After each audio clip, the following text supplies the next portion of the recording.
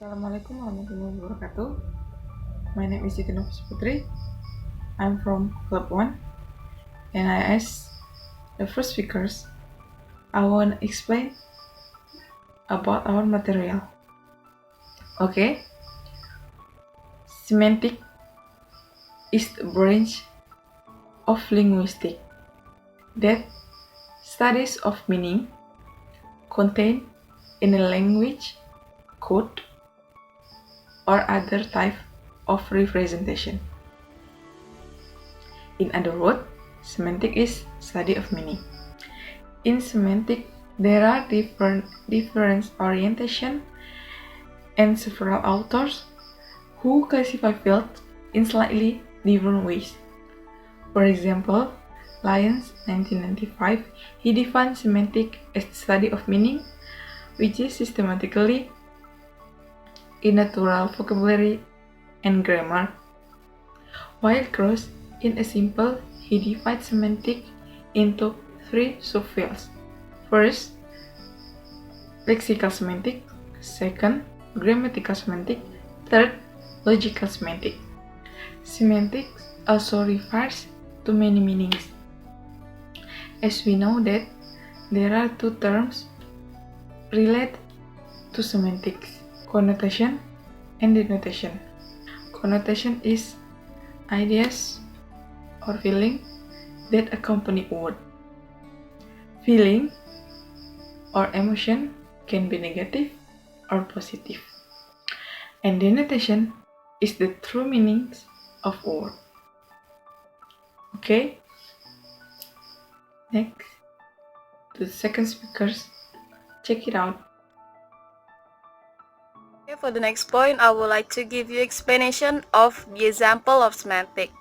As we know, semantic play a large part in our daily communication, understanding, and language learning without us even realizing it. So for the example of semantic, for the first word, like a human can be referred to as a male, female, child, adult, baby, bachelor, father, or mother. And then the next point is lady. To call someone lady means more than simply being female. Semantic tell us that if she is lady, she possesses elegance and grace. And then for the next point is young. Young can be means baby, filly, piglet, kitten, or puppy.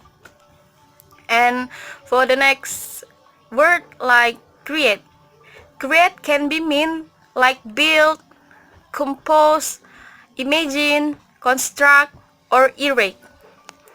And even the simple word like on can have many meanings, such as on call, on phone, on edge, on fire, on purpose, on demand.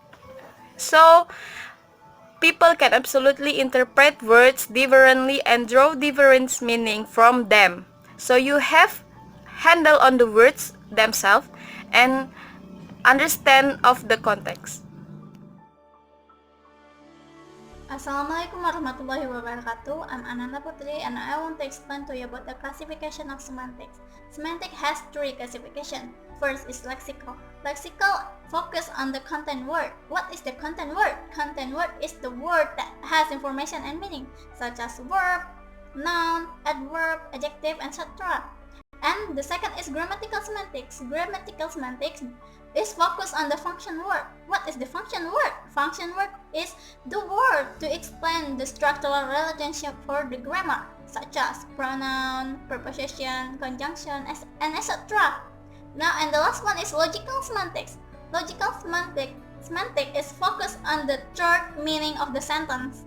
For example, there is a sentence, he ever smoked a cigar. And it means that he ever smoked a cigar is he in the past is ever be an active smoker, but now he is not an active smoker anymore. Okay, let's conclude three of this. And the conclusion is Semantic divided into three classification. First is lexical, second grammatical, and the third logical. Okay, I think that's enough. I hope you understand what I'm explained before. Assalamualaikum warahmatullahi wabarakatuh. As we know, there are two terms that are related to the semantic. The first is denotation and the second is connotation. Denotasi merupakan arti inti dari sebuah kata. Denotasi umumnya digunakan untuk karya tulis ilmiah. Sedangkan konotasi merupakan makna yang mempunyai kesan emosional pada suatu kata tersebut. Umumnya digunakan pada karya tulis sastra. Nah, contoh konotasi dan denotasi yaitu pada kata kurus dan langsing. Secara denotasi, kata kurus dan langsing mempunyai inti atau arti yang sama, yaitu seseorang yang mempunyai berat badan yang kurang dari berat badan normal. Tetapi pada konotasi, hal itu jelas berbeda. Langsing merupakan idaman semua orang atau impian semua orang. Tetapi kata kurus mempunyai konotasi yang negatif, seperti halnya kurang gizi dan tidak mengurus badan. Okay, I would like to explain about three disciplines are concerned with the systematic study of meaning in itself. Okay, I want to explain about philosophy. Philosophers of language are concerned with how we know, how any particular fact that we know possible fact, in other words, what must be antecedents to that fact and what is likely consequence or entailment of it. What statements are mutually contradictory, which sentences express the same meaning in different words, and which are unrelated. Next, about linguistics. Linguistics want to understand how language works. Just what common knowledge do two people possess when they share a language that make it possible for them to give and get information, to express their feelings and their intentions to another, and to be understood with a fair degree of success. While linguistic semantic is concerned with the language system that people have in common that makes them able to communicate with one another. And pragmatic is the study of descriptions, how people actually use language in communicating. I think that's all. Thank you for attention. The last I say, wassalamualaikum warahmatullahi wabarakatuh. Assalamualaikum warahmatullahi wabarakatuh. Hello everyone, my name is Emilia Febriani and I'm from group 1. Here I wanna explain about semantic philosophy. Semantic philosophy is relationship between speech, mind, and reality. There are 4 general theories, the meaning of semantic philosophy. First, the theory refers to references expressed through the sound of language symbol in the form of sentence. Jadi, di teori yang pertama ini menjelaskan bahwa di dalam sebuah kalimat terdapat simbol-simbol. Contoh kalimatnya, Wakil Presiden Republik Indonesia 2004 sampai 2009. So the meaning of the sentence is Wakil Presiden Republik Indonesia yang menjabat dari tahun 2004 sampai dengan 2009. Okay, the second theory is contextual theory.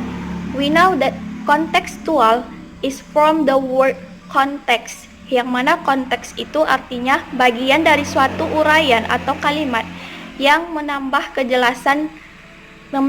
menambah kejelasan makna dari suatu kata. Jadi di dalam contextual theory ini ada yang namanya kata primer dan kata sekunder. Contohnya, kata selesai. Kata selesai itu bisa kita ganti maknanya menjadi berakhir, beres, tuntas, tutup, and etc. Jadi kata selesai itu bisa kita tentukan makna yang lainnya tergantung dari konteks yang kita gunakan. The next theory is conceptual theory. Conceptual theory depends on the concept of language in speech, phrase, and discourse. Jadi di dalam teori konseptual ini kita bergantung pada konsep bahasa yang akan kita gunakan di dalam berpidato, di dalam sebuah kalimat, atau di dalam sebuah wacana. The last theory is theory formalisme. It is concentrate of text feature, especially property of language that we use to create context and accept the context. Jadi maksudnya di teori yang terakhir ini, teori formalisme itu, kita itu terfokus kepada sifat-sifat bahasa yang akan kita gunakan. Tetapi lebih baik di dalam kalimat tersebut kita menggunakan kalimat yang formal agar bisa mempermudah kita untuk mencari makna dari kalimat tersebut. Formal di situ maksudnya kata tersebut tidak ada pengaruh dari unsur luar, misalnya dari unsur budaya, geografi, atau etc. Okay, that's all for my explanation. Thank you very much. Wassalamualaikum warahmatullahi wabarakatuh.